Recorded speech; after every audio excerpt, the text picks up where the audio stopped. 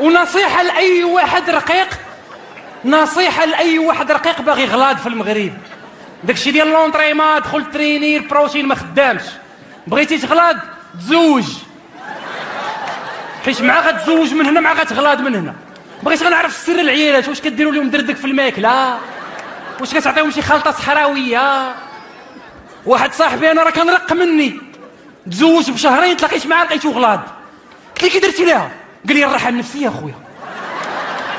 قال لي بنادم يكون مرتاح في دماغه خي غلاض اخويا. داز عام عاود تلاقيت معاه لقيتو عاود ضعف عاوتاني، قلت لي ياك لاباس؟ قال لي العذاب النفسي اخويا. وكي كيسحب لي الزواج بحال ما كان متزوجش من الاول اخويا. حيت انا مشيت بغيت نتزوج، ولكن فاش مشيت نخطب لقيت باللي الزواج فيه واحد العمله نقديه سميتها، حنا راه طالبين البتنا غير لهنا زعما ماشي طامعين ولا شي، عينها لهنا. فاش جيت نصرفها للدرهم لقيتها ساويه من 10 حتى ل 15 مليون. وتا قربت نتزوج عاد باش بداو كيبانوا العيوب ديال الدريه اللي كنت غنتزوج بها.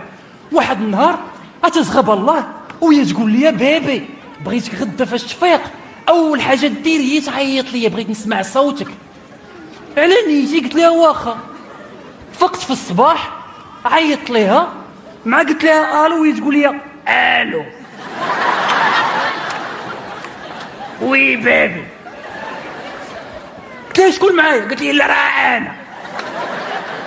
قلت لها مال صوتك دير هكا؟ قالت لي مازال ما شرباش قهوه.